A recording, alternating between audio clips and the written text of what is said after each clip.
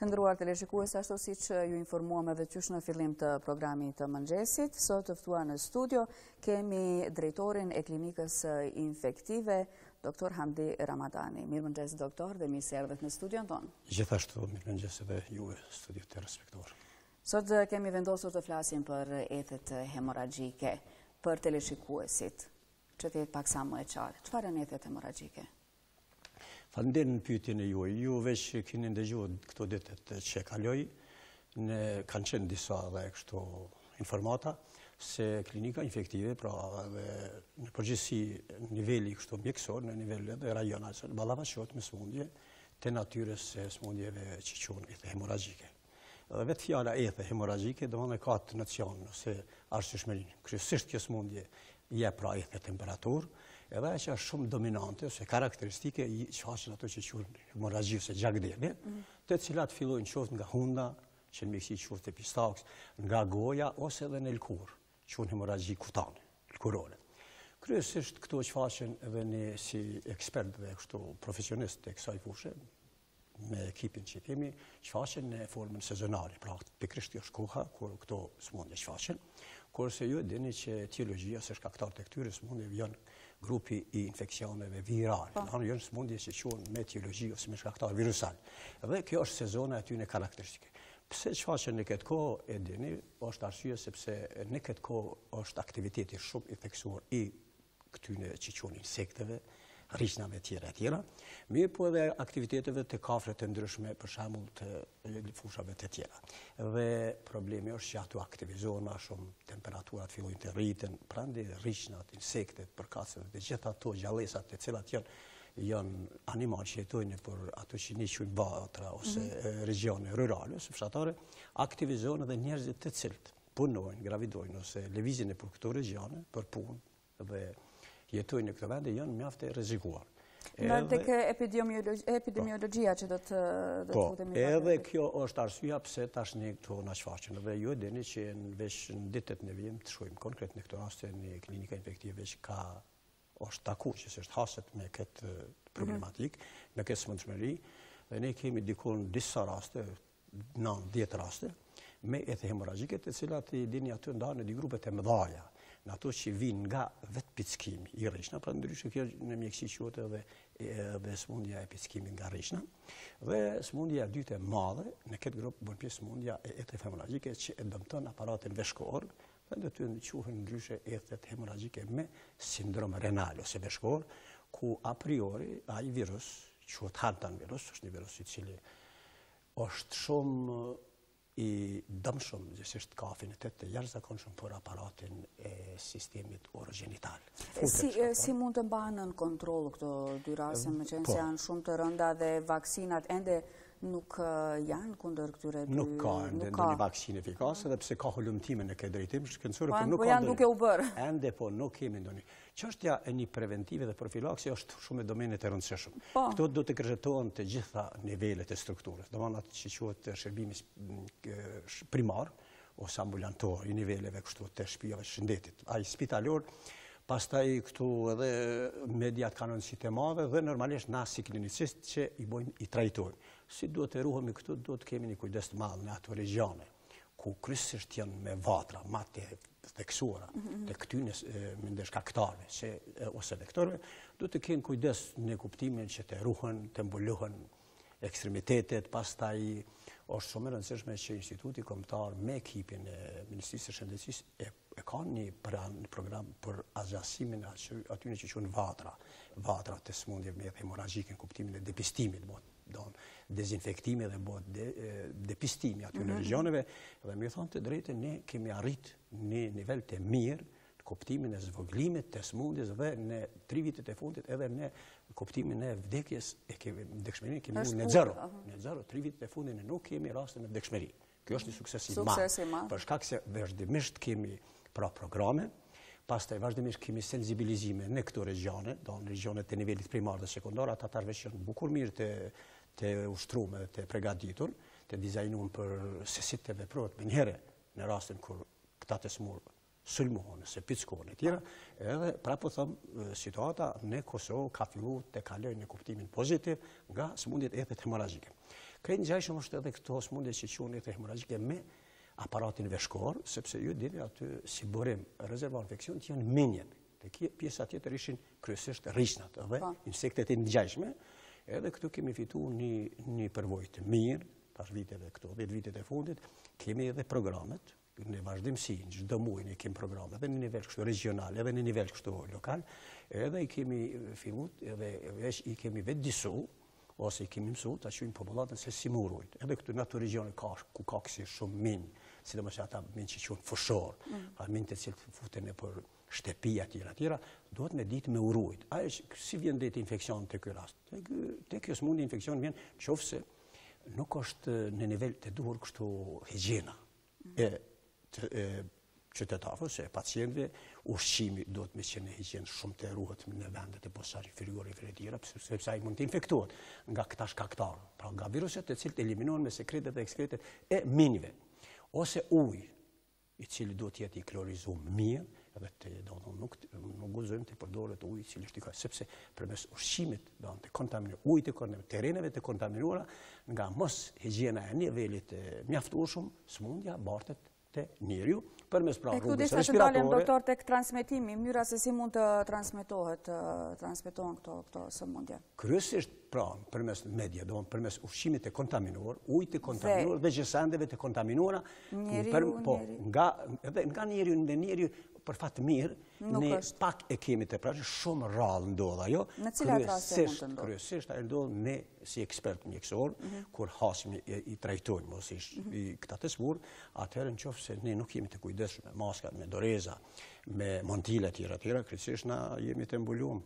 Natyrisht, po. Atëherë në këto raste gjaku që është i infektuar ose i kontaminuar me këtë virus, mund të kalojë në disa raste edhe të një person që i eksponohet. Ka se dhe këtu duhet patur shumë kujdes, ne përmendëm gjithë ato paraprakisht ju i përmendës. Prandaj po, këtu duhet me pas shumë kujdes. Mirë, po unë t'ju them një të vërtetë që 3-4 vitet e fundit që ne nuk kemi pas asnjë rast që është infektuar ndonjë personel shëndetësor nga pacienti i smur i infektuar që trajtohet. Kjo është një sukses i madh që megjithatë jemi vedisu.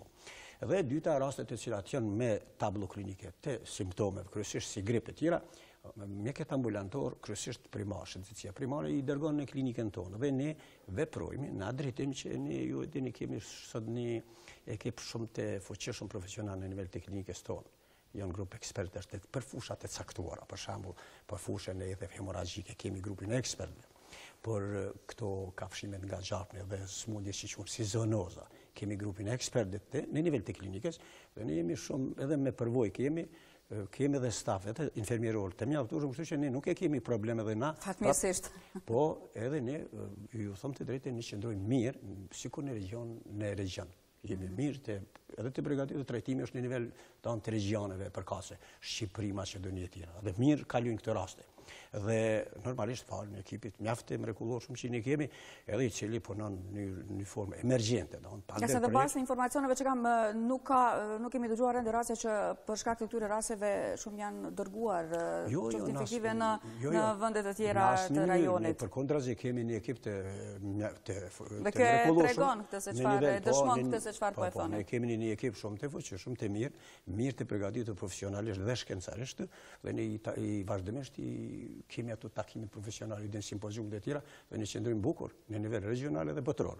Kështu që nuk e kemi problem. Dhe asnjë rast normalisht nuk është referu në një qendër tjetër për shkak se ne kemi mjaft përvojë. Edhe natyrisht edhe qytetarët duhet të jenë gjithsesi të kujdesshëm, nga se varet shumë edhe prej vetë qytetarit në këto raste. Gjoja shumë e rëndësishme është e tyne, sepse është gjoja më e rëndësishme është ka vetë qytetari ose personi i cili veç futet në këto zona që dyshon këtë se ka men ose se është i piskum, thumbum nga rishnat e tjera, që ata të lajmëron në ambulancën më të afërt ku ekziston dhe normalisht mjekët e kanë atë formën elementare se si duhet të trajtohet. Dhe normalisht rastet të cilat janë në observim, në kujdesje ne i marrim disa ditë në klinikë. Dhe prapë ju them, ne qëndrojmë mirë në këtë drejtim, kurse sa i përket kësaj që ju përmendet çështja e vaksinimit, është çështje që është në holum të mesipër, ende nuk e besoj që do të ketë problem.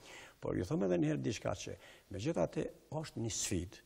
Ne kemi një program deri në vitin 2019, se si të luftohen edhe hemoragjike dhe po shpresojmë ndoshta do ta ulëm në minimum infeksionin.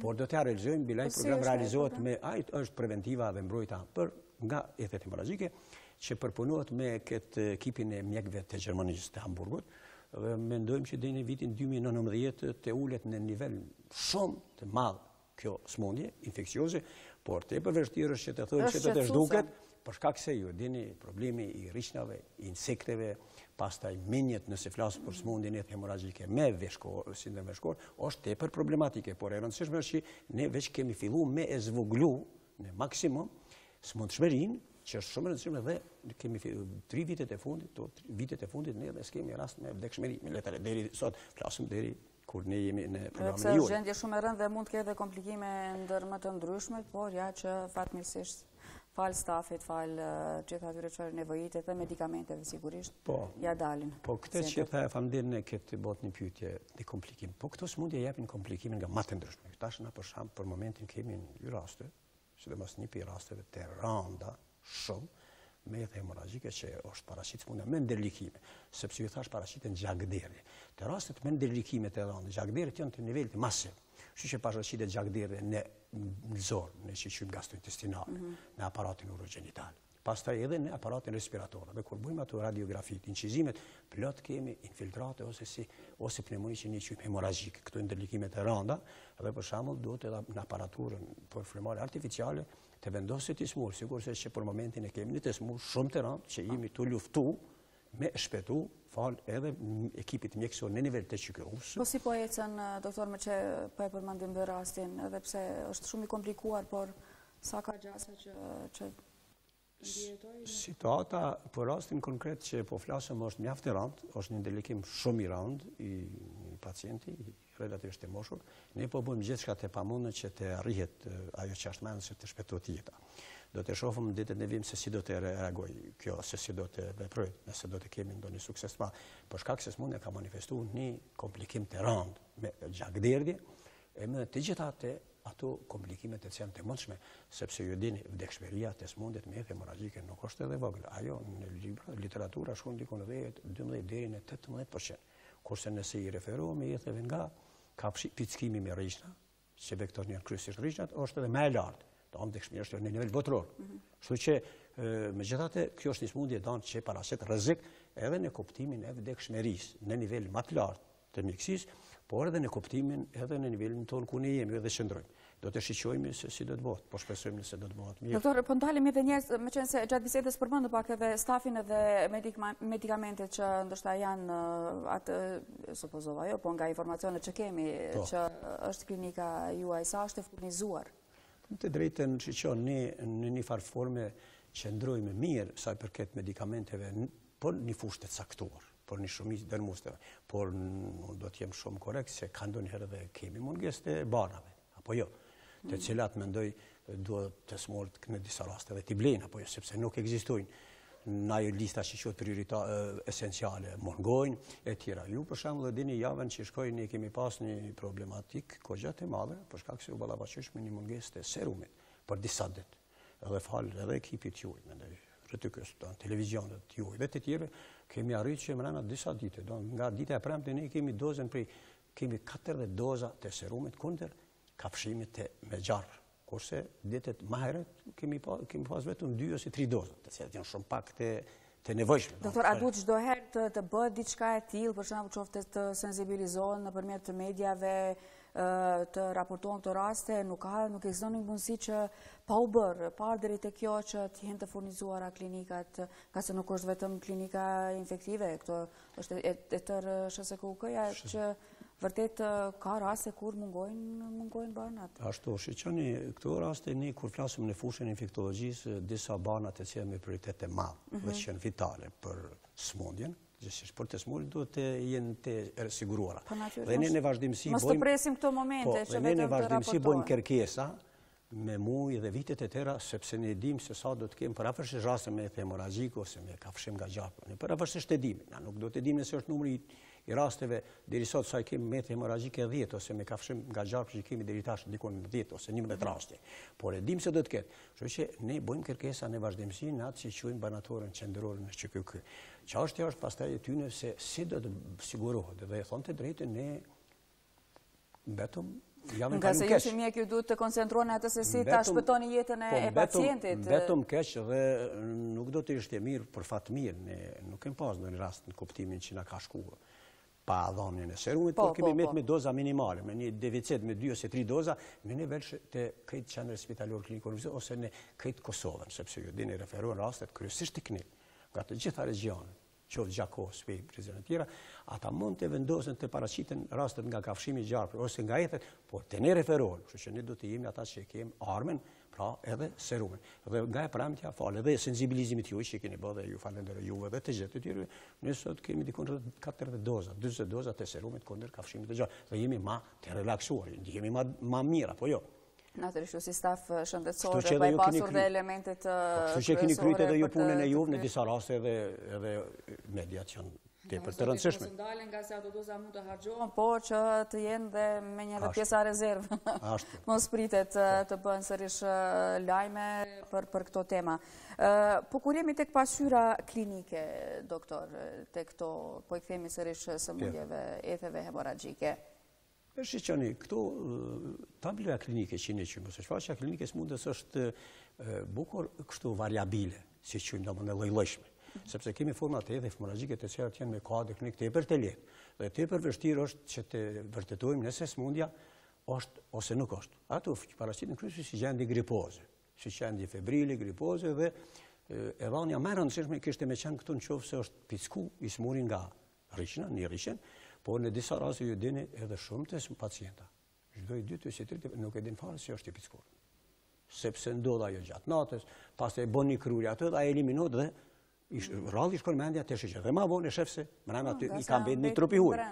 Prandaj ka raste që janë me formë të lehtë klinike dhe të cilat ndoshta edhe gati edhe tani mund të mos vinë fare, sepse janë forma të lehta të smundjes. E dyta kemi forma klasike të smundjes, siç përmendëm, kryesisht temperaturë, ethe, edhe manifestime në formë të gjakderdhjeve ose hemorragjive. Prandaj vetë fjala e hemorragjike. Dhe këto raste normalisht çdo personel mjekësor e vërteton, e detekton këtë, kurse nevojitet një laborator i vogël, një pasqyrë gjakut, dhe shiqojmë në ato pllakzat e gjakut trombocitet, kryesisht janë të ulura, edhe referohen tek ne. Edhe forma menon dhe smundi është kjo që bisedon pak më parë, me ndërlikime nga aparati respirator, urogenital, në formë të gjakderdhje masive, ato raste që unë paraqiten si shok, si gjakderdhje, si shok hemorragjik, dhe ato raste janë tepër të rënda dhe tepër fudrajante. Kështu që thonë të drejtën kur e kemi një sezon, veç personat dhe pacientat veç kanë mësuar për këtë.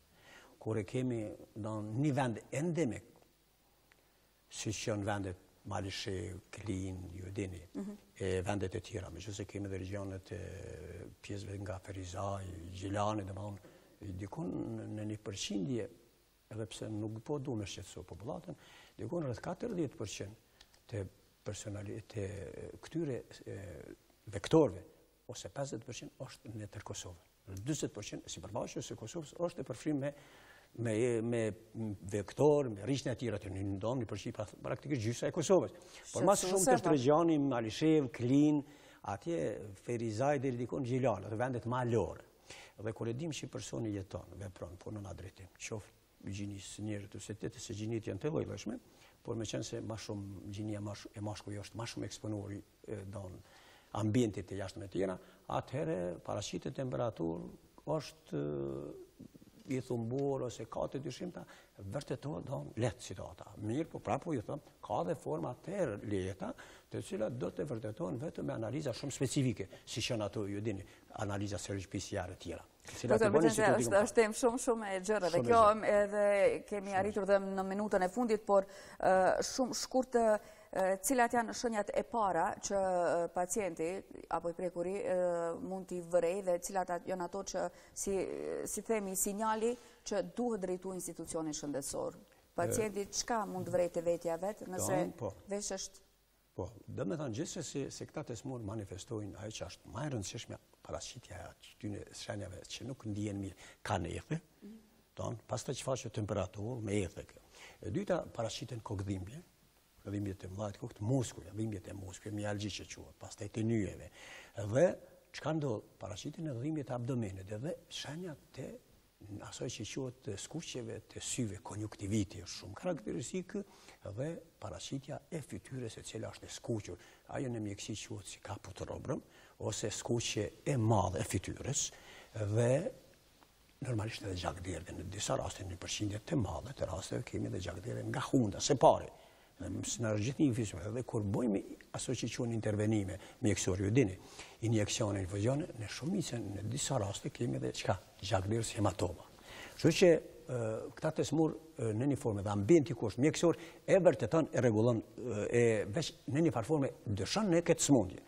Dhe në klinik bëjmë analizat laboratorike, trombocitet e shoqërojmë dhe mirën edhe analizat specifike dhe për një kohë shumë të shkurtër, dikun për një 10 orë, 12 orë, ne e vërtetojmë saktësisht smundjen. E vërtetojmë, ndalet i smuri, gjithsesi, fillon minherë me trajtim sa më të shpejt dhe adekuat dhe do të shiqojmë. Por prapë ju them, nuk do të i shqetësojmë popullatën, sepse ne kemi personel të mirë të përgatitur, mirë të ushtruar në këtë fushë. Dhe tani mirë të furnizuar. Tash për tash mirë jemi saj për këtë smundje me hemorragjike, ne kemi medikamente dhe kemi edhe staf, kështu që nuk guxohet që të bëhet i panik, vetëm e rëndësishme është që të ishte që të informohen sa do pak, që të kenë një huri, normal që të kenë kujdes, një preventiv, ajo ndihmon shumë. Shumë e rëndësishme. Dhe kështu që edhe po që përmendëm thash edhe një herë që shenjat e para që të mos vijë, do thotë deri te një komplikim më i madh dhe që e lam për fund, do thotë që televizionistët jenë të informuar. Doktor, unë falenderoj shumë që dhat gjitha këto shpjegime brenda këtyre minutave që ishin shumë të rëndësishme për televizionistët tanë. Ne do të kemi sërish të ftuar në studio sigurisht për tema të tjera, më qenë se infektologjia është një shumë e gjerë. Shumë e gjerë, kështu që sot kemi vendosur për rrjetet hemorragjike dhe unë falenderoj shumë edhe një herë për prezencën tuaj. Faleminderit edhe juve ekipit të RTK-s dhe ekipeve të tjera sepse na ndihmoni dhe normalisht na ndihmoni edhe kur kemi nevojë, edhe ju jepni të dhanat, njoftimet të cilat janë shumë të rëndësishme. Njoftimet edhe në popullatë dhe gjithë. Ju falenderoj. Ju lutem. Të nderuar televizionistë, ndoqët bisedën me doktor Hamdi Ramadani, drejtori i klinikës infektive, ndërsa tani është koha që të kalojmë tek minutat publicitar dhe më pas ju pret edhe edicioni i dytë i lajmeve.